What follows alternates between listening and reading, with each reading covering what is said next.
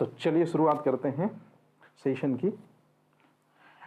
Screen पर निश्चित रूप में आप जो देख रहे हैं उसको देखकर आप में से ज़्यादातर लोगों को लगेगा कि यार ये तो हमारे बहुत काम की चीज़ है। बिल्कुल, एमपी से रिलेटेड भी रिसर्च इंस्टीट्यूट मैंने इस सेगमेंट में शामिल कर दिया है, जिसमें आपको ज़्यादा परेशान ना होना पड़े।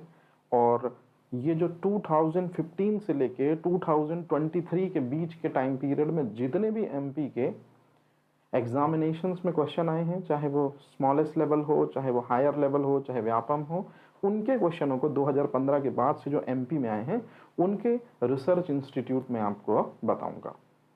तो हालांकि मेरी एमपी में उतनी बेहतर राडार नहीं है, ना मेरी बेहतर उतनी पहुंच है, लेकिन जो भी मैं बता रहा हूं ये आपके आए हुए क्वेश्चंस ही हैं, तो इनको आप ज़रा अच्छे से समझते चलेगा और फिर जब सब्जेक्ट टीचर आपको पढ़ाएंगे तो उस बारे में डिटेल से वो बताएंगे।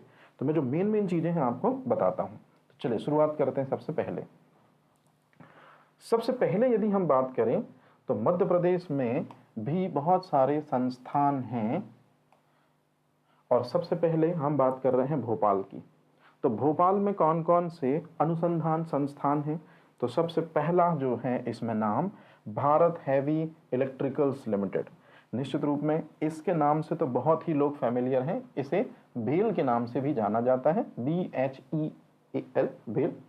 और मध्य प्रदेश में निश्चित रूप में ये इंस्टीट्यूट जो है इसका हेड ऑफिस कहाँ पर है? भोपाल पे। तो जो लोग ITI वगैरह करते हैं, अप्रेंटिस वगैरह करते हैं, उनके लिए दरअसल में ये माइलस्टोन का काम करता है, क्योंकि यहाँ पर टेक्नोलॉजी जो है वो प्रैक्टिकल वे में दरअसल में स्टूडेंट के द्वारा ही कराई और समझाई जाती है। सबसे इंपॉर्टेंट चीज कि BHEL को बनाने में अच्छे से देख लीजिए और मुझे बताइए किसने हमारा साथ दिया था? निश्चित रूप में ब्रिटेन। तो ब्रिटेन दरअसल में वो कंट्री है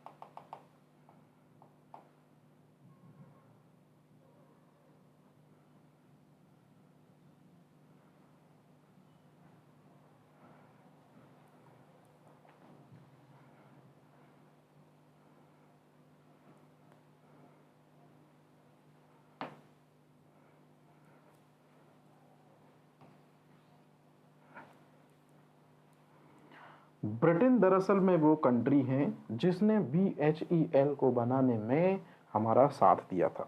तो ये दो चीज़ें आपको याद रखनी है कि हेड ऑफिस कहाँ पर है और निश्चित रूप में किस कंट्री ने इसको बनाने में इंडिया की हेल्प करी थी। अब इसके बाद चलते हैं Atal Bihari institute of public administration Bhopal. निश्चित रूप में ये पुलिस बल से संबंधित एक बहुत महत्वपूर्ण केंद्र है और भोपाल में जो ये संस्थान है, ये संस्थान बहुत इम्पॉर्टेंट हो जाता है और निश्चित रूप में यहाँ ट्रेनिंग वगैरह दी जाती है ना। यातायात प्रशिक्षण संस्थान भी दरअसल में कहाँ बनाया है हमने? हमारे देश में, स्पेशली जो MP है उसकी जो राजधानी है भोपाल, वहीं दरअसल में यातायात प्रशिक्षण संस्थान। तो याद रखिएगा जो भी फाइनल गाइडलाइन जारी होती हैं कि हेलमेट पहनना है ना, MP में ये जो नियम एंड रूल्स एंड रेगुलेशन जो आते हैं ये फाइनल में यातायात प्रशिक्षण संस्थान की ओर से ही दरअसल में इनको प्रमोट किया जाता है। देश का पहला आपदा प्रबंधन संस्थान भोपाल में स्थापित किया गया था, सिर्फ इसी वजह से क्योंकि आपने सुना होगा राज्य आपदा प्रबंधन अधिनियम करके कोई है ना एक आया था, जिस वजह से राज्य सरकार भी आपदा प्रभावित क्षेत्रों में तत्काल राहत भेजेगी, वो दरअसल में अधिनियम के कारण ही दरअसल में इस संस्थान को ड्रॉ होना पड़ा। तो मध्य प्रदेश का राज्य आपदा प्रबंधन संस्थान कहाँ पर है? भोपाल पे, याद रखिएगा। मध्य प्रदेश में वन प्रबंधन संस्थान जो है, जहां से पूरे वनों की ट्रैकिंग और उनकी दिशा निर्देश जारी किए जाते हैं, भोपाल। और राष्ट्रीय विधि संस्थान, तो विधि का मतलब यहाँ लॉ से है, जो भी वकील वगैरह हैं उनके लिए जो फाइनली गाइडलाइन है या एडवाइजरी जो जारी की जाती है वो राष्ट्रीय विधि संस्थान भोपाल से। तो आपको कहने का सीधा सा मतलब है कि इन मेन चीज़ों के नाम आपको पता थे। क्या आप ये MP में पढ़ते हैं? निश्चित रूप में अगर कोई भी चीज़ आपसे छूट रही है तो 2015 के बाद के क्वेश्चन आपने छोड़ दिए हैं, तो इनको बहुत अच्छे से प्रिपेयर कर लीजिएगा। इसके लिए भी मतलब इसी वजह से मैंने जानबूझ के इनको इसमें ऐड ऑन किया ताकि आपकी प्रिपरेशन बेहतर रहे। अब चलते हैं इसके बाद एमपी में ही आगे कहां पर साइंटिफिक इंस्टीट्यूट और हैं, तो देखते हैं अब अपन ऐसे साइंटिफिक इंस्टीट्यूट जो बहुत इंपॉर्टेंट है, जैसे करेंसी प्रिंटिंग प्रेस। तो करेंसी प्रिंटिंग प्रेस का मतलब है कि जो मुद्रा होती है ना, कागजी मुद्रा जो होती है उसकी दरअसल में लिए जो छपाई होती है वो मध्य प्रदेश में कहाँ होती है, देवास में। ये बहुत ज़्यादा पूछा जाता है कि नोट की छपाई के लिए दरअसल में कहाँ पर हमने प्रेस बनाया है, तो देवास में बनाया है, ये याद रखिएगा। सिक्योरिटी पेपर बिल, बहुत आता है ये क्वेश्चन। दरअसल में जिन न्यूज़पेपर्स को हम पढ़ते हैं उन न्यूज़पेपर्स का जो रॉ मटेरियल होता है या कागज होता है तो मध्य प्रदेश के कहाँ बनता है, होशंगाबाद में बनता है, याद रखिएगा, आता हुआ क्वेश्चन है। फिर national news print and paper limited. तो national news print and paper limited जैसा नाम से स्पष्ट है कि न्यूज़पेपर प्रिंट होता होगा मध्य प्रदेश में, कहाँ पर, नेपानगर में, याद रहेगी ये चीज़। अच्छा, इसके बाद master control facility. Master control facility का मतलब यहाँ ये होता है कि इसरो के बहुत से केंद्र होते हैं, उसमें से एक केंद्र ये है MCF है, याद रखिएगा, कहाँ पर है, मध्य प्रदेश के भोपाल में। दूर संचार उपग्रहों पर निगरानी की जाती है यहाँ से। तो हासन एक जगह है जहाँ से भी निगरानी की जाती है और वो जगह दरअसल में कहाँ पर है, कर्नाटक में। कर्नाटक के अलावा मध्य प्रदेश के भोपाल से भी दूर संचार उपग्रहों, जैसे वर्तमान में GSAT श्रृंखला जो कार्यरत है उसकी ट्रैकिंग, उसकी निगरानी हम यहीं से करते हैं। भू उपग्रह दूर संचार अन्वेषण केंद्र कहाँ बना रखा है हमने, गुना में बना रखा है। मतलब रिसर्च सेंटर जो है दूर संचार के लिए वो कहाँ पर है, गुना में। और लास्ट में कपास अनुसंधान केंद्र जो है वो निश्चित रूप में खरगोन में है। तो ये वो दरअसल में हेड ऑफिस हैं जिनको आपको जरूर याद रखना है। स्पेशली इनमें करेंसी प्रिंटिंग प्रेस और सिक्योरिटी पेपर मिल ये जरूर आपसे पूछे जाते हैं। तो इनको थोड़ा सा आप क्या करेंगे, अच्छे तरीके से प्रिपेयर कर लीजिएगा। मतलब ये चीज़ें आपको याद हैं कि नहीं, ये जरूर अच्छे से क्लियर कीजिएगा। अब इसके बाद इंदौर में जो संस्थान हैं, स्पेशली ये दो संस्थान सबसे ज़्यादा पूछे गए हैं। इंदौर में एक संस्थान है डॉक्टर राजा रमन्ना प्रौद्योगिकी अनुसंधान केंद्र, जिसको ही कहते हैं दरअसल में RRCAT। तो RRCAT जो ये केंद्र है, याद रखिएगा, इस केंद्र में लेजर से संबंधित काम होता है और इस केंद्र में साइक्लोट्रॉन से संबंधित काम होता है। तो लेजर प्रौद्योगिकी को दरअसल में बढ़ाने वाला संस्थान मध्य प्रदेश के इंदौर में है। RRCAT के नाम से उसको जाना जाता है। डॉक्टर राजा रमन्ना ने बनाया था और डॉक्टर राजा रमन्ना को भारत में नाभिकीय ऊर्जा कार्यक्रम का पिता कहते हैं।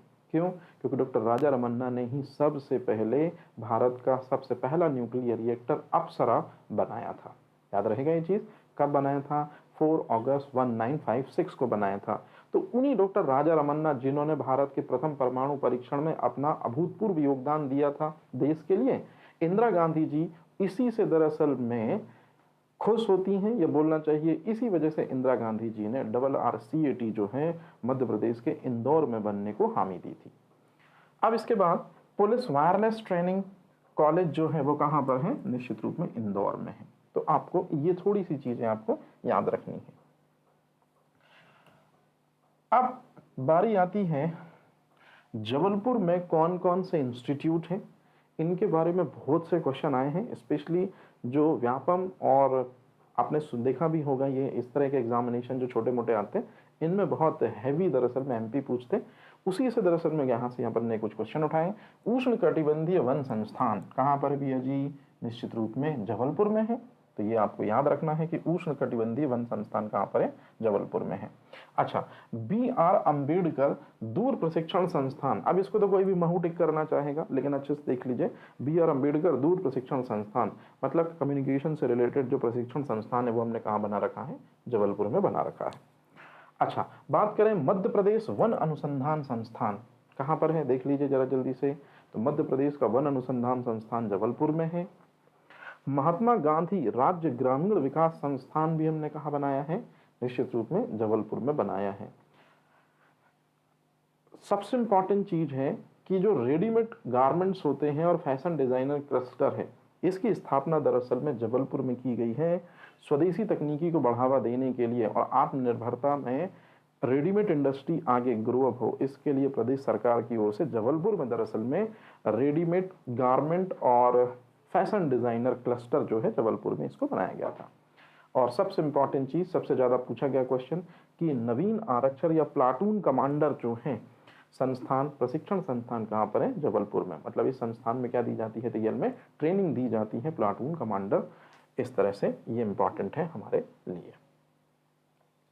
अब इसके बाद यदि हम और आगे चलते हैं तो अब जो पिछले कुछ समय से, मतलब जब मैं ये बना रहा हूँ आपका डाटा आपको तैयारी के लिए, 3 महीने पहले मैंने न्यूज़पेपर की रिसर्च करी तो जितने मेरे को इंस्टीट्यूट सबसे ज़्यादा चर्चा में मिले मैंने उनको यहाँ पर लिखा है।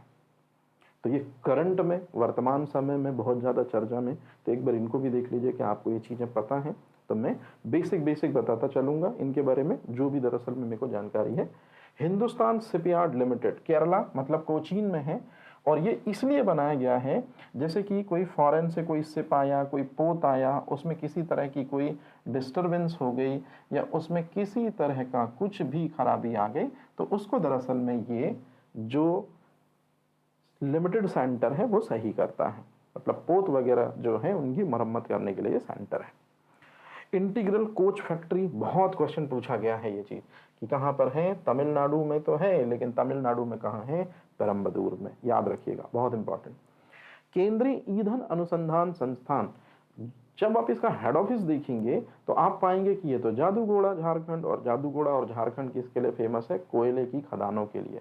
तो निश्चित रूप में केंद्रीय ईंधन अनुसंधान संस्थान जादूगोड़ा और झारखंड में है। अभी कुछ समय पहले इसी संस्थान ने एक एडवाइजरी जारी की थी कि कोयले के जो भंडार हैं वो भारत में तेजी से कम होते जा रहे हैं और कोयले के भंडार भारत में यदि तेजी से कम होते जाएंगे तो 67%, रियल डाटा तो ये है कि 67% इंडस्ट्रीज जो हैं वो कोयले पर ही टिकी हुई हैं। उनको इलेक्ट्रिसिटी मिलती है, तब रॉ मटेरियल पक्के मटेरियल में कन्वर्ट होता है। तो कोयले की समाप्ति के बाद इंडस्ट्रियों में जो संकट आएगा उसे कहते हैं ऊर्जा संकट। तो ऊर्जा संकट के बारे में दरअसल में केंद्रीय ईंधन अनुसंधान संस्थान ने पूरी दुनिया को, स्पेशली इंडिया को और एमपी को आगाह किया था। याद रहेगा ये चीज। केंद्रीय खनन अनुसंधान संस्थान,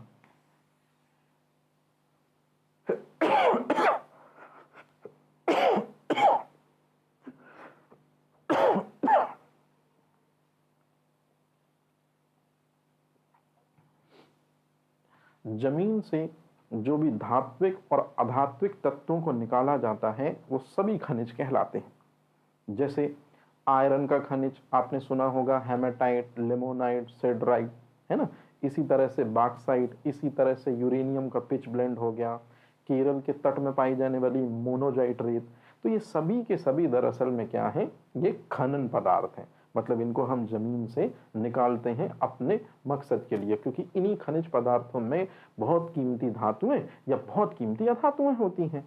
तो केंद्रीय खनन अनुसंधान संस्थान हमने कहां पर बनाया है बेटा जी? धनबाद, झारखंड में बनाया है। तो इसको जरूर आप याद रखेंगे, ये आपसे पूछा भी जाता है। भारतीय पेट्रोलियम संस्थान कहां पर बनाया है? देहरादून में। पेट्रोलियम का मतलब होता है क्रूड ऑयल और कच्चा तेल।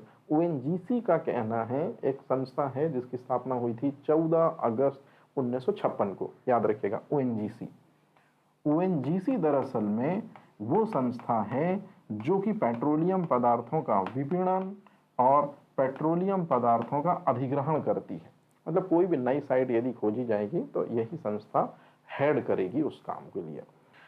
तो भारतीय पेट्रोलियम संस्थान ओएनजीसी का ही कहना है कि सिर्फ 60 से 70 साल और भारत के बॉम्बे हाई में जो पेट्रोल है वो दरअसल में नहीं मिलेगा। माफी चाहता हूँ, पेट्रोल नहीं, पेट्रोलियम होना चाहिए, क्योंकि पेट्रोलियम के प्रभाजी आसवन से ही तो डीजल और पेट्रोल प्राप्त करते हैं। तो पेट्रोलियम नहीं मिलेगा तो डीजल और पेट्रोल नहीं मिलेगा, इस तरह से। और लास्ट में है भारतीय वन अनुसंधान संस्थान। तो भारतीय वन अनुसंधान संस्थान कहाँ पर है? उत्तराखंड, देहरादून में है। तो ये कुछ ऐसे संस्थान हैं जो बहुत ज़्यादा ही दरअसल में क्या रहे हैं, अभी लाइमलाइट में चर्चा में रहे हैं। तो इनको जरूर आप बहुत अच्छे से एक बार इनको याद कर लीजिएगा। राजकुमारी अमृता कौर के कारण अखिल भारतीय आयुर्विज्ञान संस्थान जो नई दिल्ली में है ये काफ़ी ज़्यादा फेमस हो गया।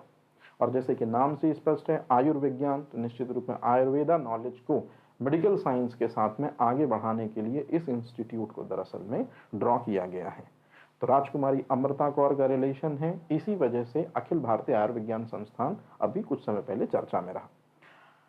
विषाणु विज्ञान केंद्र, ये लास्ट टाइम पीसीएस ने पूछा था और अभी फिर से आपने देखा होगा कि बहुत सी डिसीजेस आई हैं, जैसे मंकी पॉक्स आया है ना, और भी बहुत सारी वायरल से रिलेटेड डिसीज़ें हैं, जैसे चौपाया पशुओं को भी बहुत सारी बीमारियां हो रही हैं। तो वायरल डिसीज़ का नंबर जैसे जैसे बढ़ता जाएगा तो वायरस के लिए एंटीडोट बनाएंगे या वायरस के लिए वैक्सीन बनाएंगे, लेकिन उससे पहले उस वायरस पे रिसर्च जो होगी और उसके अगेंस्ट में यूज़ की जाने वाले टीके या इंटरफेरॉन दवाओं पर जो पूरी खोजबीन होगी, जांच पड़ताल होगी, वो इसी सेंटर में होगी। क्या नाम है इसका? विषाणु विज्ञान केंद्र। याद रहेगा, ये चीज़ इंपॉर्टेंट है, ये आपसे पूछी भी जाती है और पूछी गई भी है।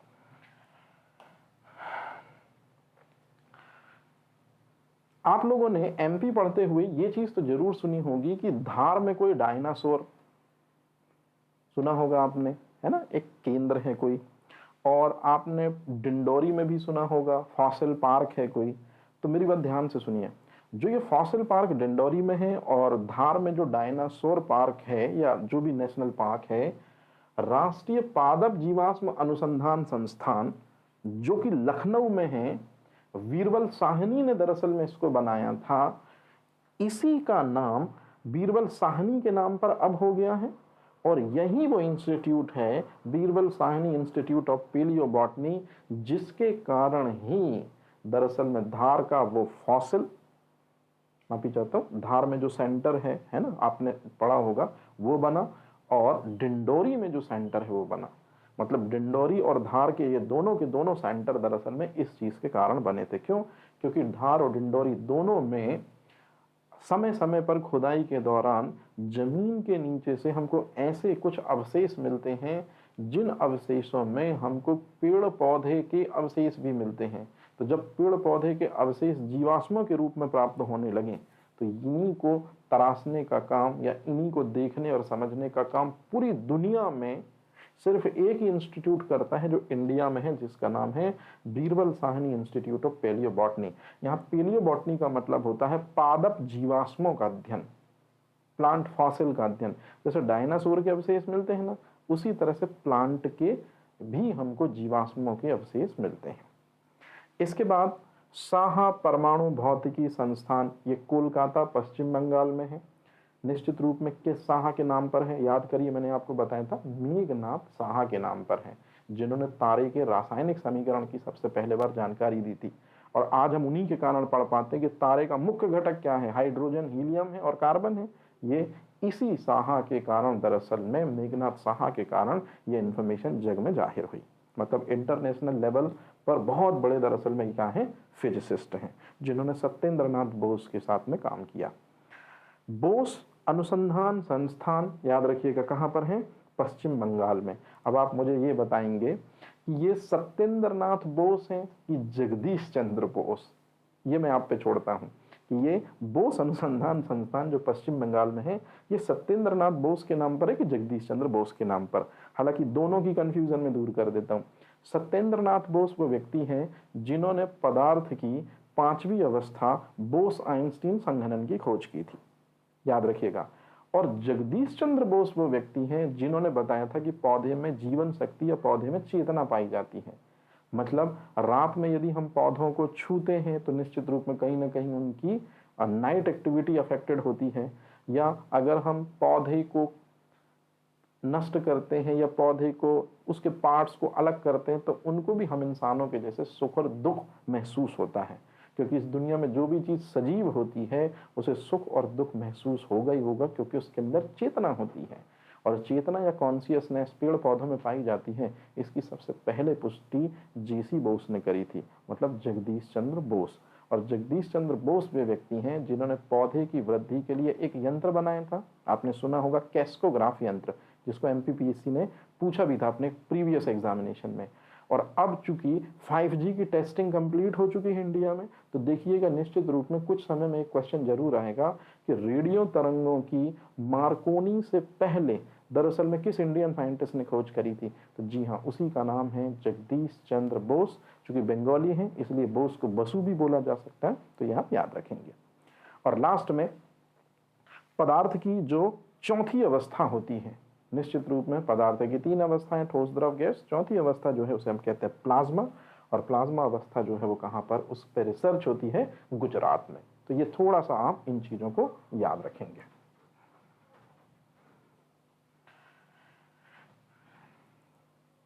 तो अभी तक आपने परमाणु ऊर्जा से संबंधित संस्थान पढ़े, फिर उसके बाद रक्षा प्रौद्योगिकी से संबंधित संस्थान पढ़े, फिर उसके बाद में अंतरिक्ष प्रौद्योगिकी से संबंधित संस्थान पढ़े, कृषि से संबंधित संस्थान पढ़े, और उसके बाद मध्य प्रदेश में जो संस्थान है वो पढ़े।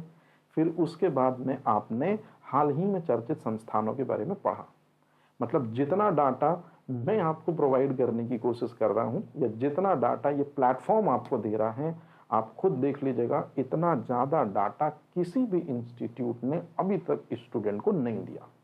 क्योंकि सारे के सारे इंस्टीट्यूट का मेन मकसद होता है कि जो सिलेबस में लाइनें हैं उनको कंप्लीट कराना, लेकिन इस प्लेटफॉर्म का और स्पेशली मेरा जो मकसद रहता है वो उतनी ही मेहनत स्टूडेंट के साथ करना जितनी मेहनत स्टूडेंट करता है और जितनी उसके सिलेक्शन के लिए लाजमी होगी। तो इसीलिए अब यहाँ पर हम अपने सेशन को क्लोज भी कर सकते हैं कि मैं यहाँ फाइनल अपना स्टेटमेंट दूं कि चलिए यहाँ पर हमारा टॉपिक 1 खत्म होता है। लेकिन नहीं, मुझे ऐसा लगता है अब आप चाहे मुझे ये समझ लें और चाहे आप मुझे ये समझ लें, तो मुझे ऐसे लगता है कि कुछ और भी संस्थान हैं जिन पे बहुत ज़्यादा चर्चा हो रही है और जिनके बारे में एटलीस्ट आपको पता होना ही होना चाहिए। अगर ये प्रीलिम्स में तो सबसे इंपॉर्टेंट दावेदारी मेरे हिसाब से रखते हैं, और यदि आप इनके बारे में सुन लेंगे तो मेंस के जब आप आंसर राइटिंग करेंगे ना, तो आपको बहुत आसान हो जाएंगी चीज़ों को समझने में। काफ़ी सारी आंसर राइटिंग में हमको वैज्ञानिक अनुसंधान संस्थान यदि हम लिखते हैं अपने आंसर में तो हमारे मार्क्स प्लस हो जाते हैं। तो अब चलते हैं, मैं आपको जो बताता हूं कि मोस्ट इंपॉर्टेंट इंस्टीट्यूट मेरी नज़र में क्या है। मतलब मेरी नज़र का मतलब है कि आप लोगों के लिए भी वो बहुत ही इंपॉर्टेंट है। तो चलिए शुरुआत करते हैं। सबसे पहला जो संस्थान है आपको याद रखना है, ये कोई संस्थान नहीं, ये एक विभाग है। आपने हमेशा सुना होगा कि दरअसल में विभाग संस्थानों को दिशा निर्देश देते हैं। विभाग संस्थानों को दिशा निर्देश देते हैं। जैसे परमाणु ऊर्जा विभाग परमाणु ऊर्जा संस्थानों को दिशा निर्देश देता होगा। अंतरिक्ष विभाग इसरो को दिशा निर्देश देता होगा। रक्षा विभाग डीआरडीओ को दिशा निर्देश देता होगा। मतलब विभाग हमेशा 7 मुख्य संस्थानों को दिशा निर्देश देता है। कौन सा विभाग? जैव प्रौद्योगिकी डिपार्टमेंट, बायोटेक्नोलॉजी डिपार्टमेंट। तो बायोटेक्नोलॉजी डिपार्टमेंट जो है विज्ञान की वह शाखा जिसमें सजीवों का उपयोग मानव जाति की भलाई के लिए किया जाता है। सजीवों का उपयोग मानव जाति की भलाई के लिए साइंस की जिस ब्रांच में किया जाता है बायोटेक्नोलॉजी कहलाती है। या जब हम सजीवों को मानव कल्याण में यूज करते हैं तो उसे जैव प्रौद्योगिकी कहते हैं। ये एकमात्र ऐसा ज्ञान आधारित तकनीकी है, जैव तकनीकी, जो प्रधानमंत्री की निगरानी में कार्य करता है। मतलब ये एक ऐसा विभाग है बायोटेक्नोलॉजी डिपार्टमेंट जो पीएम के अंडर गवर्नेंस में काम करता है, पीएम की निगरानी में काम करता है। तो इसको आप जरूर याद रखेंगे कि पीएम की निगरानी में कौन सा डिपार्टमेंट काम करता है। तो निश्चित रूप में परमाणु ऊर्जा विभाग भी काम करता है, अंतरिक्ष विभाग भी काम करता है, नाभिकीय हथियार विभाग भी काम करता है, और सबसे इंपॉर्टेंट चीज जो आपको याद रखना है, ये डिपार्टमेंट भी पीएम की निगरानी में काम करता है। मतलब जैव प्रौद्योगिकी विभाग। अब आपसे क्वेश्चन ये पूछा जाता है कि जैव प्रौद्योगिकी विभाग की स्थापना कब हुई थी? साल 1986। ये चीज आपको याद रखनी है, याद रहेगा ये चीज कि जैव प्रौद्योगिकी विभाग की स्थापना कब हुई थी? 1986। याद रखिए, ये कोई संस्थान नहीं है, ये विभाग है। लेकिन ये संस्थान जैव प्रौद्योगिकी विभाग कितने संस्थानों को दिशा निर्देश देता है, या ये विभाग कितने संस्थानों के लिए पेरेंट ऑर्गेनाइजेशन का काम करता है। तो अब जो आप ये देख रहे हैं, इनको आपको बिल्कुल तोते की तरह रटना है, क्योंकि ये चीजें बहुत ज्यादा एग्जामिनेशन में पूछी गई हैं। चलिए आपको मैं बताता हूँ, या आपने भी क्वेश्चन पेपर दिए होंगे तो आपको भी आइडिया तो होगा, लेकिन मैं चीजें आसान करता हूँ। सबसे पहला है डीएनए फिंगरप्रिंटिंग इंस्टीट्यूट। तो डीएनए फिंगरप्रिंटिंग इंस्टीट्यूट या डीएनए फिंगरप्रिंटिंग एवं नैदानिकी केंद्र जो है वो कहां पर है, हैदराबाद में। डीएनए फिंगरप्रिंटिंग दरअसल में एक ऐसी टेक्निक है जिसमें मानव के डीएनए में उपस्थित नाइट्रोजनस बेसिस के सीक्वेंस के द्वारा व्यक्ति घटना स्थल पर मौजूद था कि नहीं, बलात्कार, चोरी, इन सभी जो अपराध हैं उनका पता बड़े आसानी से लगाया जा सकता है। अब ये एक अलग सब्जेक्ट की कैसे लगाया जा सकता है, उसमें जेल इलेक्ट्रोफोरेसिस मेथड की जाती है, डीएनए फ्रेगमेंट को ब्रेक किया जाता है, हालांकि ये चीज़ अभी हमारे काम की नहीं है। जो मेन आपको याद रखना है कि डीएनए फिंगरप्रिंटिंग के आधार पर अपराध शास्त्र की दुनिया में बहुत सारे क्राइम सॉल्व हुए हैं। इसके लिए इंडिया में भी दरअसल में एक हेड ऑफिस बना है। कहाँ बना है, हैदराबाद। एमपी में भी हेड ऑफिस कहाँ बना है, सागर में। तो सबसे पहले डीएनए फिंगरप्रिंटिंग मेथड को जिसने शुरू की थी उसका नाम है एलेक ज़ैफरी। याद रखिएगा, एलेक ज़ैफरी। इनको डीएनए फिंगरप्रिंटिंग का पिता कहते हैं। ब्रिटेन के लेसेस्टर यूनिवर्सिटी से रिलेटेड ये साइंटिस्ट है। इन्होंने ही सबसे पहले डीएनए फिंगरप्रिंटिंग मेथड को शुरू कराया था, याद रहेगा। लेकिन भारत में डीएनए फिंगरप्रिंटिंग मेथड का जनक प्रोफेसर लालजी को कहा जाता है। और प्रोफेसर लालजी की कुछ समय पहले, लगभग 1-2 साल पहले इनकी क्या हुई है, डेथ हुई है। तो ये प्रोफेसर लालजी वही व्यक्ति हैं जो डीएनए फिंगरप्रिंटिंग एवं नैदानिकी केंद्र हैदराबाद में इन्होंने काम किया था। आपने सुना होगा राजीव गांधी जी के बारे में, आरडीएक्स से उनको उड़ा दिया था, बम धमाकों में उनको उड़ा दिया गया था। उसके बाद लाश के बहुत ज़्यादा टुकड़े जो हैं वो भीड़ में हो गए होंगे। तो सिर्फ प्रधानमंत्री को ही पूरे के पूरे राजकीय सम्मान के साथ में दरअसल में क्या किया जाता है, अलविदा कहा जाता है। ऐसी कठिन परिस्थिति में जब बहुत सारे शवों के टुकड़े छत बिछत थे, उसमें प्रधानमंत्री श्री राजीव गांधी जी का कौन सा था, इस बात के लिए बुलाया जाता है प्रोफेसर लालजी को। और प्रोफेसर लालजी बड़े आराम से कुछ ही नमूनों को लेकर डीएनए फिंगर प्रिंटिंग टेक्नोलॉजी की सहायता से बड़े आराम से बता देते हैं कि ये टुकड़ा जो है स्वर्गीय प्रधानमंत्री जी का है और इसी को राजकीय सम्मान के साथ हमको क्या करना है, आगे बढ़ाना है। तो इस तरह से इनका नाम सबसे इंपॉर्टेंट हो जाता है। तो याद रखिएगा, कहाँ पर है डीएनए फिंगरप्रिंटिंग इंस्टीट्यूट, हैदराबाद में। राष्ट्रीय प्रतिरक्षा विज्ञान नई दिल्ली में है। मतलब वो इंस्टीट्यूट जो इम्यूनोलॉजी को इनहेंस करता है, वो इंस्टीट्यूट जो व्यक्ति की प्रतिरोधक क्षमता को या प्रतिरक्षा को हमेशा बढ़ाने में मदद करता है, वो हमने दिल्ली में बना रखा है। और कोरोना के टाइम पे हर बार आपने जो नाम सुना होगा, चाहे हाइड्रोक्सीक्लोरोक्विन दवा का नाम सुना हो या प्लाज्मा थेरेपी का नाम सुना हो या कोई भी कोरोना की आगे चल के वैक्सीन, कोवैक्सीन या कोविशील्ड है, निश्चित रूप में इस इंस्टीट्यूट ने काफ़ी हेल्प करी है इनके ट्रायल में, इनको दरअसल में बेहतर से बेहतर करने में। क्योंकि प्रतिरक्षा के लिए दरअसल में ये संस्थान समर्पित है और व्यक्ति की इम्यूनिटी कैसे बूस्ट हो इसके लिए दरअसल में ये कार्य करता है। जैसे कोरोना के टाइम पे इसी संस्थान ने एडवाइजरी जारी की थी कि हल्दी का सेवन ज़्यादा करिए। निश्चित रूप में उससे क्या होगा, आपको हल्दी का सेवन ज़्यादा कीजिए, लहसुन ज़्यादा लीजिए, प्याज ज़्यादा लीजिए, तो इनमें एंटी माइक्रोबियल प्रॉपर्टी होती है और ये साथ ही साथ आपके इम्यूनिटी को बूस्ट करते हैं। तो कोरोना के टाइम पे आपने जो विटामिन सी खाई है, जिंक जो ली है, वो इसी इंस्टीट्यूट के कहने पर, क्योंकि इसी इंस्टीट्यूट ने बार बार बीच बीच में आकर कहा था कि जिंक जो है वो हमारी इम्यूनिटी के लिए सबसे बेहतर जो है मिनरल है, धात्विक खनिज है। याद रखिएगा, जिंक इंसुलिन के अंदर भी पाया जाता है और हमारी इम्यूनिटी को बूस्ट करने में मदद भी करता है। ऐसा राष्ट्रीय पादप जीनोम अनुसंधान केंद्र कहाँ बना रखा है, नई दिल्ली में बना रखा है। और ये पादप जीनोम अनुसंधान केंद्र में पादपों के जीन जो वैल्यूएबल होते हैं उनको दरअसल में निकाल कर उन पर ट्रायल किया जाता है या उनको बेहतर से बेहतर बनाया जाता है। इसके बाद राष्ट्रीय मस्तिष्क अनुसंधान केंद्र नई दिल्ली में है। मस्तिष्क अनुसंधान का मतलब यह कि मस्तिष्क से संबंधित बहुत सारी ऐसी बीमारियां हैं निश्चित रूप में जिनका पता हमको है, लेकिन कुछ ऐसी बीमारियां हैं जिनका पता हमको नहीं है। मस्तिष्क संबंधी कुछ ऐसी बीमारियां हैं जैसे साइजोफ्रीनिया हो गया, है ना, मिर्गी हो गया, एपिलेप्सी हो गया, इनका इलाज किस तरह से किया जाए, ब्रेन को बूस्ट कैसे किया जाए, ब्रेन की कार्यक्षमता को कैसे बढ़ाया जाए, इसके लिए दरअसल में बायोटेक्नोलॉजी का ये डिपार्टमेंट कार्य करता है। जैव संसाधन और सतत विकास संस्थान मणिपुर में बनाया है। ग्लोबल वार्मिंग के कारण सबसे बड़ी दिक्कत ये आई है बेटा जी कि पेड़ पौधे जो हैं निश्चित रूप में वो काफ़ी तेज़ी से कम होते जा रहे हैं, क्योंकि टेम्परेचर ज़्यादा होने के कारण पेड़ पौधों को प्रॉपर पानी नहीं मिल पा रहा है, जिस वजह से पेड़ पौधे सूखते चले जा रहे हैं। कई बार इंसान भी क्या कर रहा है, अपने फायदे के लिए पेड़ों को बड़े तेज़ी से काट रहा है, धरती के गर्भ में छुपे हुए संसाधनों को बड़े तेज़ी से निकाल रहा है, और हम इस तेजी से प्राकृतिक संसाधनों का दोहन करते चले आ रहे हैं कि कुछ ही समय में हम पृथ्वी को संसाधन विहीन कर देंगे, संसाधनों से खाली कर देंगे।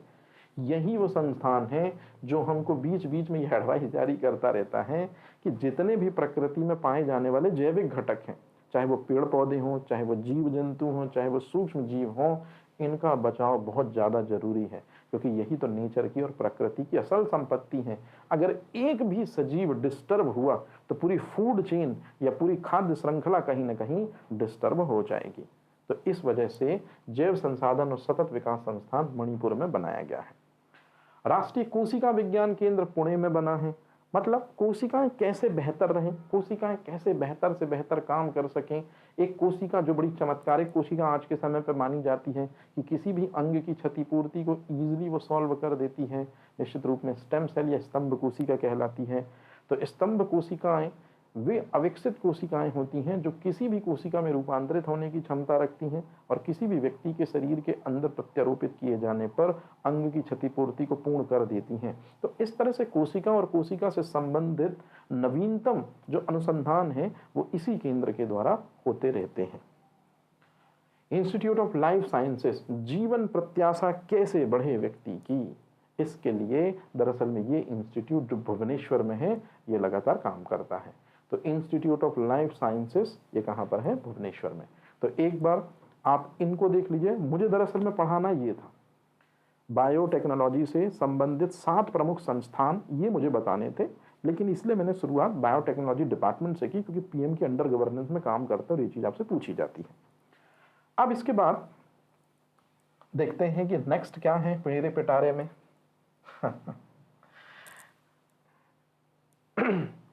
आपने परजीनी फसलों में नाम सुना होगा गोल्डन राइस का, आपने परजीनी फसलों में नाम सुना होगा निश्चित रूप में बीटी बैंगन का, आपने परजीनी फसलों में नाम सुना होगा बीटी कॉटन का। तो भारत की सबसे पहली परजीनी फसल जिसको भारत में सबसे पहले उगाया गया, याद रखिएगा, वो है बीटी कॉटन। भारत की सबसे पहली खाद्य परजीनी फसल बीटी बैंगन, याद रहेगा ये चीज।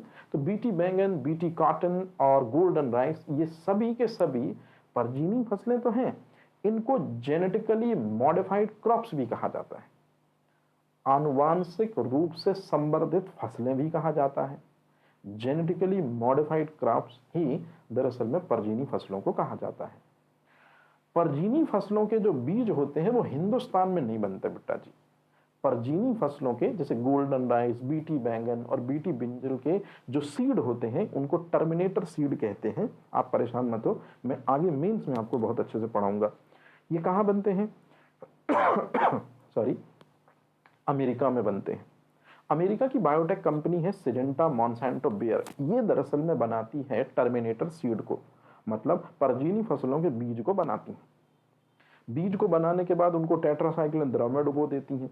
ये आप मेरे से जब मेंस में मिलोगे तब मैं बताऊंगा कि इस खतरनाक एक्टिविटी का क्या प्रभाव पड़ता है कि परजीनी फसलों के बीजों को टेट्रासाइक्लिन द्रव में डुबा देना।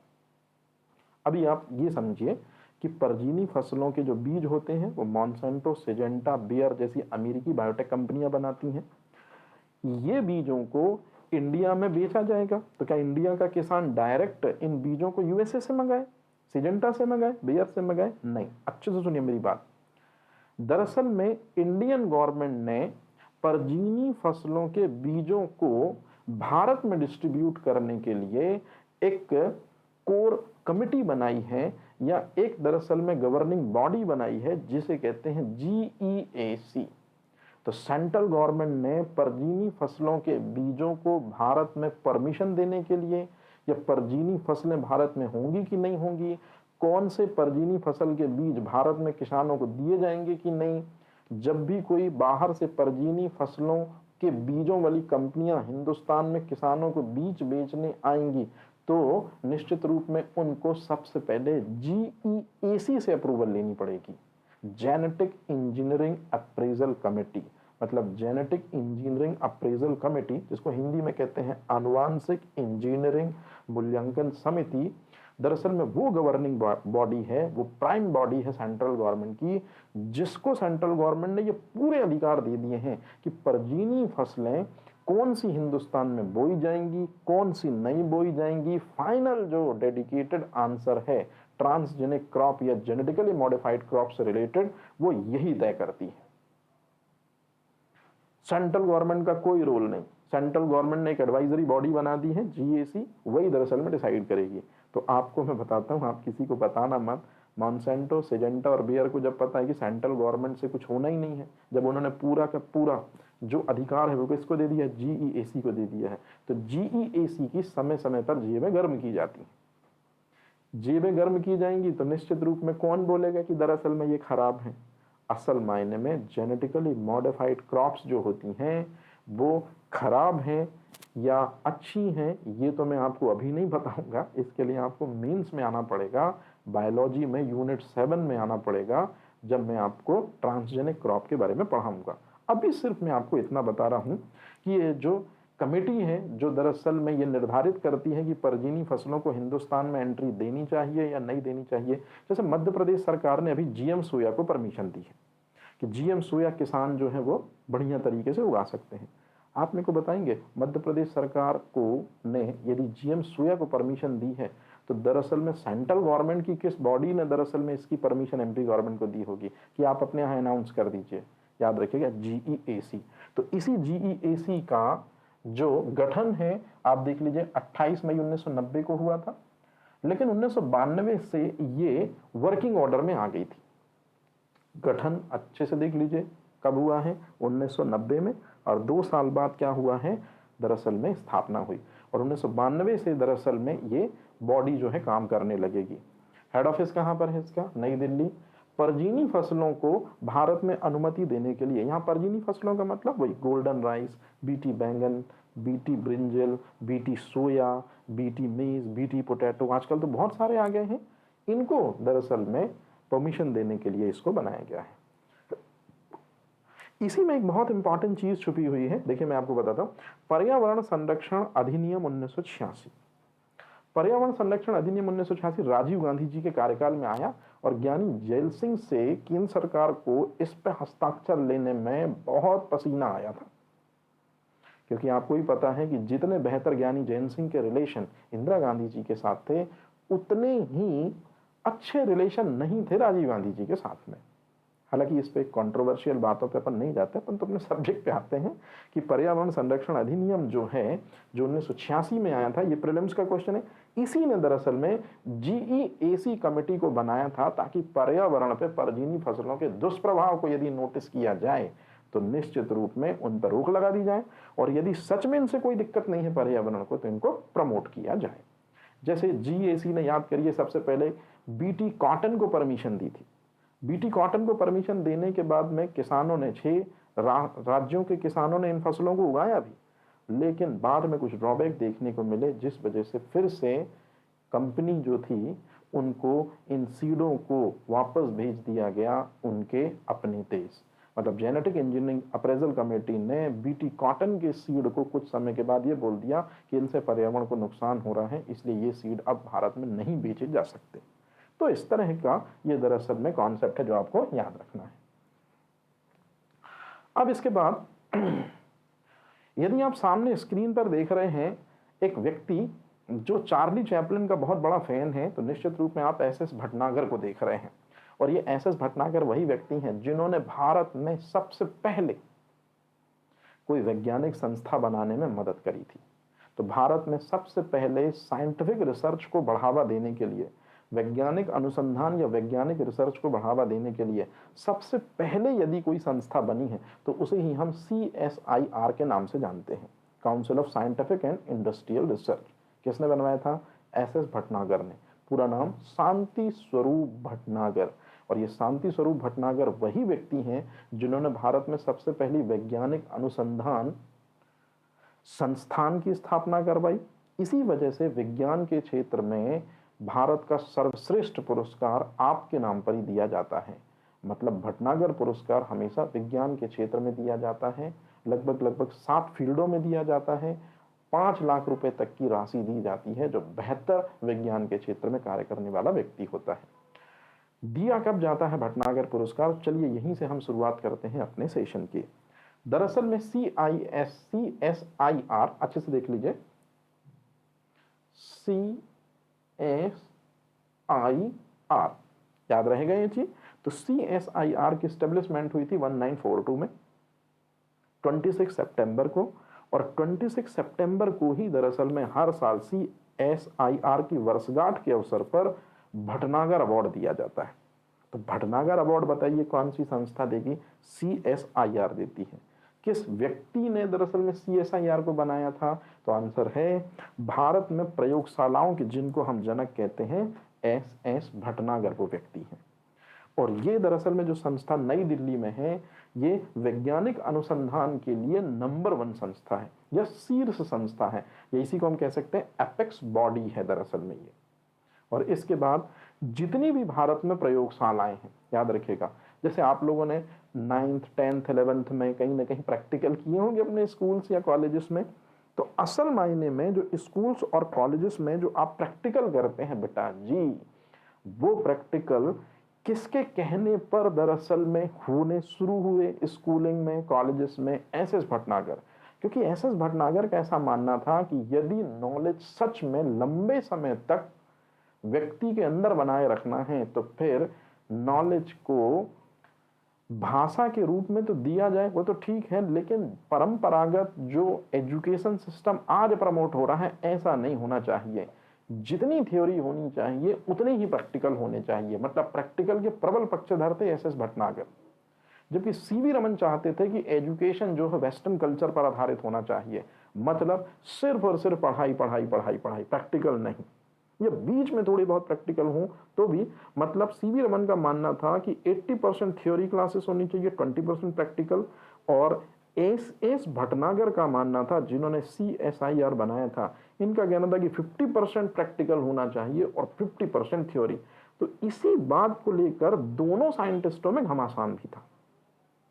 याद रखिएगा, SS भटनागर और CV रमन में ये थोड़ा सा कॉन्फ्लिक्ट था एजुकेशन सिस्टम को लेकर और एजुकेशन पॉलिसी को लेकर, क्योंकि दोनों अपने अपने फील्ड के बड़े बड़े महारथी हैं। याद रहेगा ये चीज़। अब मेरी बात ध्यान से सुनिए। तो CSIR के दिशा निर्देशन में हिंदुस्तान में बहुत सारी लैबें खुली हैं। सबसे बड़ी लैब खुद CSIR ही है। तो CSIR के अंडर में कौन कौन सी लैबें काम करती हैं, चलिए देखते हैं। लेकिन उससे पहले CSIR को जिन्होंने बनाया, डॉक्टर SS भटनागर, इन्होंने पहला वैज्ञानिक जो संस्थान है वो देश को दिया 1942 में पंडित नेहरू जी के सहयोग से। CV रमन वो साइंटिस्ट हैं जिनको आप इस नाम से जानते हो कि CV रमन ने ही दरअसल में रमन प्रभाव की खोज की थी। रमन प्रभाव जो है प्रकाश के वर्ण विक्षेपण घटना पर आधारित होता है। अभी प्रकाश का वर्ण विक्षेपण क्या होता है? आपने सुना होगा कि वर्ण विक्षेपण का सीधा सा मतलब ये होता है कि प्रिज्म से यदि हम प्रकाश को गुजारते हैं तो कितने कलर मिलते हैं? 7 कलर मिलते हैं। याद रहेगा ये चीज। 7 कलर में जिसकी वेवलेंथ सबसे कम होती है, वो बैंगनी और जामुनी कलर होते हैं। और ये दोनों के दोनों कलर वाला प्रकाश जब वायुमंडल में प्रवेश करता है, धूल कणों और गैसों से टकराता है तो ज्यादा प्रकीर्णित हो जाता है। इसी को कहते हैं रमन प्रभाव। मतलब रमन प्रभाव की जो घटना है वो प्रकाश के प्रकीर्णन सिद्धांत पर आधारित है। सच मायने में प्रकाश के प्रकीर्णन सिद्धांत पर रमन प्रभाव है। तो जिस रमन प्रभाव की खोज डॉक्टर CV रमन ने 28 फरवरी 1928 को की थी। इसी 28 फरवरी को हम राष्ट्रीय विज्ञान दिवस मनाते हैं। 2 साल बाद रमन प्रभाव की खोज के बाद 10 दिसंबर 1930 को सीवी रमन को नोबेल प्राइज मिल गया। तो 1930 में जब सीवी रमन को नोबेल प्राइज मिलता है, भारत का पहला वैज्ञानिक जिसको नोबेल प्राइज प्रदान किया गया, नो डाउट सीवी रमन है। ये चीज के कारण कहीं न कहीं इंडियन लेवल में सीवी रमन का ओहदा थोड़ा सा बढ़ जाता है। अब जब भी बात आती है CSIR के जो निर्देशक थे पहले SS भटनागर, तो CSIR तो 1942 में बनेगा। तो चूंकि भारत में कौन से साइंटिस्ट का दबदबा 1930 से शुरू हो जाएगा, सीवी रमन का, और उन्हीं के बहुत बड़े कॉम्पिटिटर माने जाते थे दरअसल में SS भटनागर। तो SS भटनागर जो है वो पंडित नेहरू के साथ मिलकर पहला साइंटिफिक इंस्टीट्यूट, जो पहली लेबोरेटरी थी और सबसे बिगेस्ट लेबोरेटरी आज भी इंडिया की है, CISR बनवा लेते 1942 में। तो जब भी SS भटनागर मिला करते थे किनको, निश्चित रूप में सीवी रमन को, तो हमेशा इनके बीच में ये टॉन्ट जरूर चलता था कि तुमको सिर्फ अवार्ड बस मिला है तुमको सिर्फ अवार्ड बस मिला है रमन, नोबेल प्राइज, कुछ चंद सिक्के और कुछ प्रशस्ति पत्र मिला है। असल मायने में देश के लिए पहला साइंटिफिक इंस्टीट्यूट मैंने दिया CSIR 1942 में। जब भी ये तंज सुनते सीवी रमन, तो वो हमेशा खामोश रह जाते, क्योंकि सच्चाई तो यही थी कि सीवी रमन के पास सिर्फ नोबेल प्राइज के अलावा कोई दूसरा संस्थान नहीं था, जबकि वो इतने बड़े साइंटिस्ट थे। इसी चीज के कारण या इसी तंज के कारण मैसूर के महाराजा से मिलकर, अच्छे से सुनेगा, जो सीवी रमन है उन्होंने रमन रिसर्च इंस्टीट्यूट ओपन करवाया 1948 में। तो 1948 में जो रमन रिसर्च इंस्टीट्यूट ओपन हुआ, ये SS भटनागर के तीक्ष्ण शब्दों के कारण हुआ कि दरअसल में तुम केवल पैसे और तुम केवल प्रशस्ति पत्र ही तुम्हारे पास है, देश को सच में आगे बढ़ाने के लिए कोई साइंटिफिक इंस्टीट्यूट तुम नहीं दे पाए देश को। और यही चीज लगातार खाए जाती रही सीवी रमन को, और कुछ समय बाद सीवी रमन ने लगभग 18 साल बाद इस चीज को रियलिटी में बदल दिया, रमन रिसर्च इंस्टीट्यूट। और आपको मैं बताऊं, ये रमन रिसर्च इंस्टीट्यूट वही इंस्टीट्यूट है जिस इंस्टीट्यूट में आगे चल के बहुत से साइंटिस्टों ने दरअसल में क्या किया है, अपना कार्य किया है, जिसमें से डॉक्टर विक्रम साराभाई एक है, जिसमें से डॉक्टर होमी जे भाभा एक हैं, डॉक्टर राजा रमन्ना एक हैं। तो बहुत सारे इंडिया के लीडियर साइंटिस्टों ने इस इंस्टीट्यूट में बाद में कार्य किया है और अपनी सेवाएं दी। तो यदि मैं आपसे पूछूं कि नोबेल पुरस्कार प्राप्त करने वाला सबसे पहला वैज्ञानिक कौन सा है, तो आप बोलेंगे कि नोबेल पुरस्कार प्राप्त करने वाला सबसे पहला वैज्ञानिक जो है वो सीवी रमन है। आप में से कई लोगों को रविंद्रनाथ टैगोर तो याद नहीं आ रहा है। नोबेल पुरस्कार प्राप्त करने वाला प्रथम भारतीय है, याद रखिएगा, रविंद्रनाथ टैगोर। गीतांजलि के लिए मिला था उनको नोबेल प्राइज 1913 में। मैंने यहां वैज्ञानिक पूछा, याद रहेगा।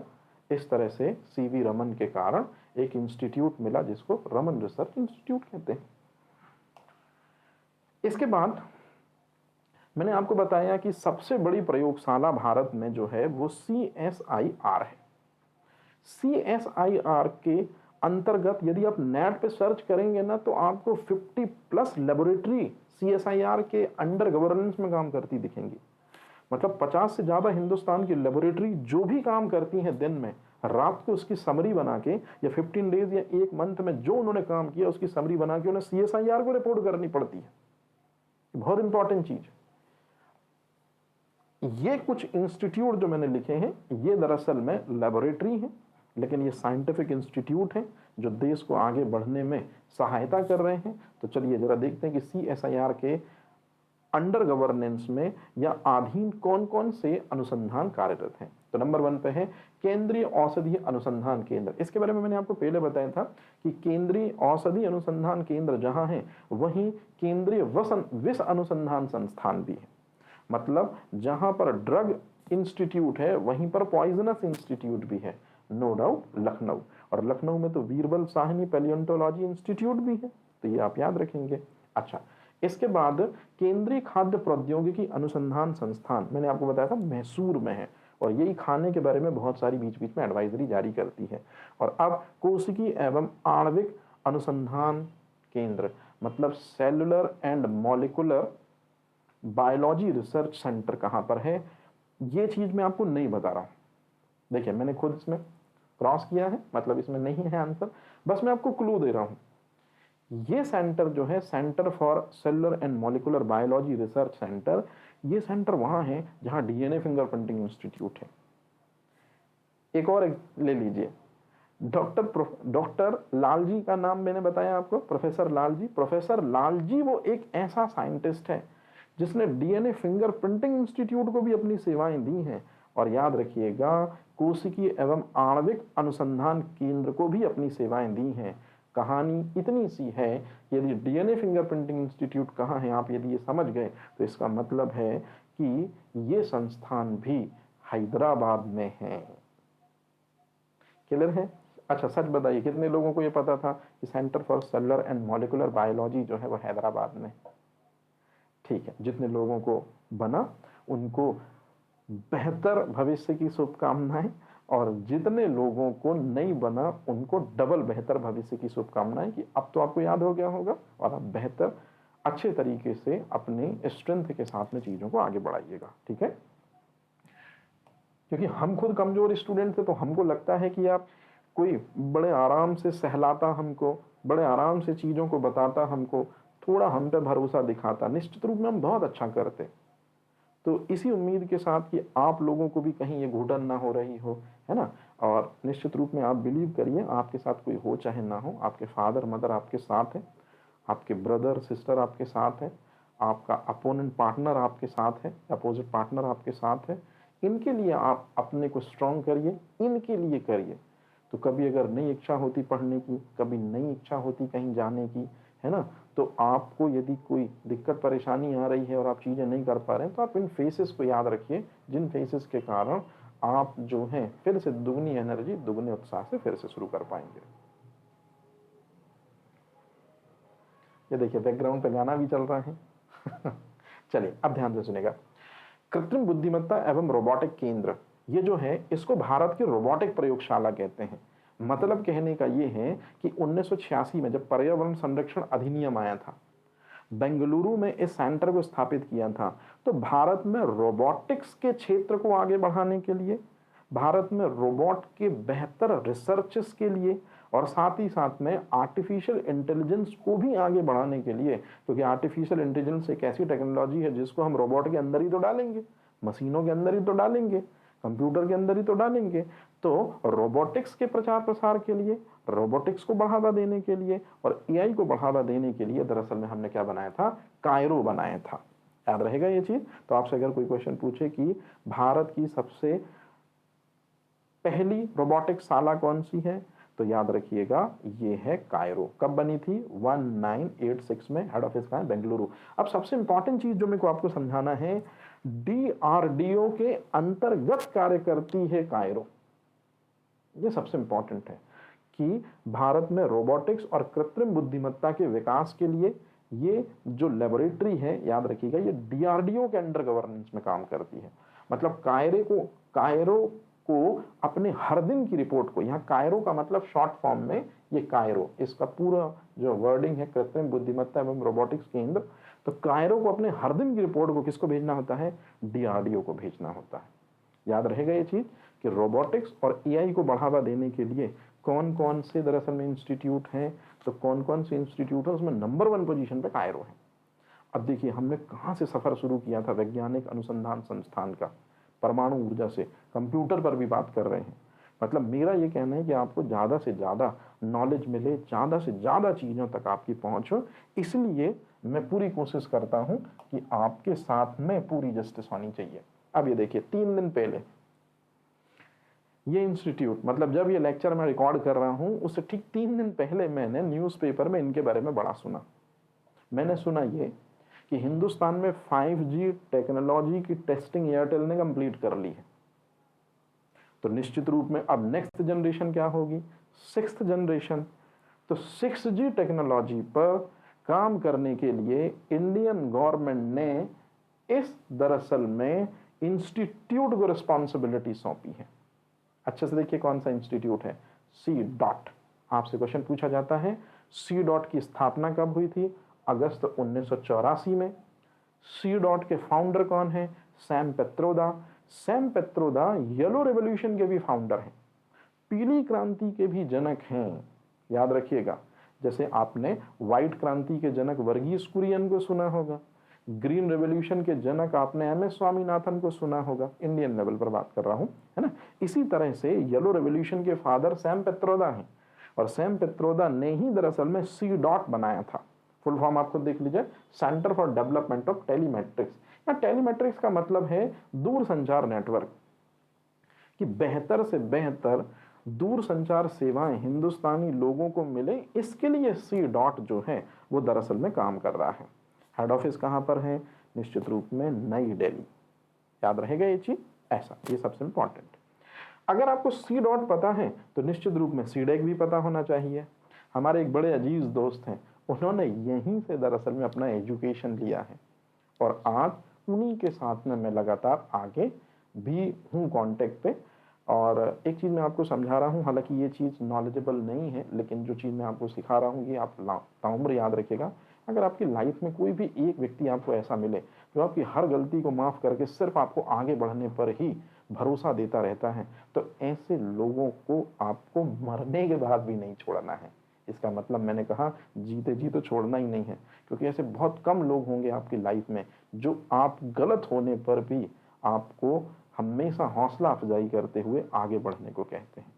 तो हमारे एक बहुत ही खास व्यक्ति हैं, है ना, जो इसी इंस्टीट्यूट में पढ़े हैं, और वो हमेशा मुझे सपोर्ट करते हैं कि आप आगे बढ़िए, अच्छा कंटेंट दीजिए, बेहतर से बेहतर चीज़ें बताइए स्टूडेंट को, जिससे स्टूडेंट को उस सब्जेक्ट को समझने में बहुत आसानी हो।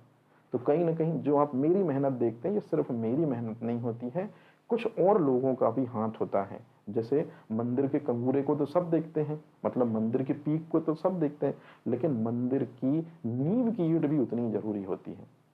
तो इस सेशन में भी ऐसे ही है कि बहुत सारी इन्फॉर्मेशन जो आप देख लेते हैं तो आपको लगता है कि मेरी राडार यहाँ तक है, दरअसल में कई लोग इस राडार को मेरे को पहुंचाने में मदद करते हैं, क्योंकि मैंने आपको शुरू में ही बताया कि मैं एक एवरेज स्टूडेंट था और आज भी एवरेज स्टूडेंट हूँ। सीडेक दरअसल में पुणे में है, और ये जो संस्थान है ये भारत के लिए सुपर कंप्यूटर निर्माण करने वाली दरअसल में संस्था है। पहला सुपर कंप्यूटर जो है भारत का, उसका नाम है परम 8000। सीडेक पुणे में बनकर ही तैयार हुआ था, और इसके लिए एक व्यक्ति का नाम निकल कर आता है जिसने सीडेक पुणे की स्थापना में सबसे इंपॉर्टेंट रोल प्ले किया था, जिनका नाम है डॉक्टर विजय भटकल। तो डॉक्टर विजय भटकल वो व्यक्ति हैं जिनके द्वारा ही इंडिया का पहला सुपर कंप्यूटर परम 8000 पुणे में बन पाया था। और अगर मैं आपसे पूछूं कि सीडेक की स्थापना कब हुई थी, 1988, तो आप सिंपल तरीके से देख लीजिए। आजकल सीडेक पुणे के बारे में ये क्वेश्चन चल रहा है कि ये जो संस्थान है ये किस मंत्रालय के अधीन कार्य करता है। तो याद रखिएगा, सूचना एवं संचार प्रौद्योगिकी मंत्रालय, इलेक्ट्रॉनिक्स और सूचना प्रौद्योगिकी मंत्रालय के अंतर्गत ये जो संस्थान है ये काम करता है, जो भारत के लिए क्या बनाता है मेरे भाई, भारत के लिए बनाता है सुपर कंप्यूटर। तो भारतीय दूरसंचार, अब देखिए ये जो पॉइंट लिख दिए ये प्रीवियस वाले पॉइंट है, ये सी डॉट के पॉइंट है, तो इनको आपको बिल्कुल भी नहीं पढ़ना है, सिर्फ ये यहीं तक होगा, 5 नंबर तक होगा, ठीक है। अच्छा,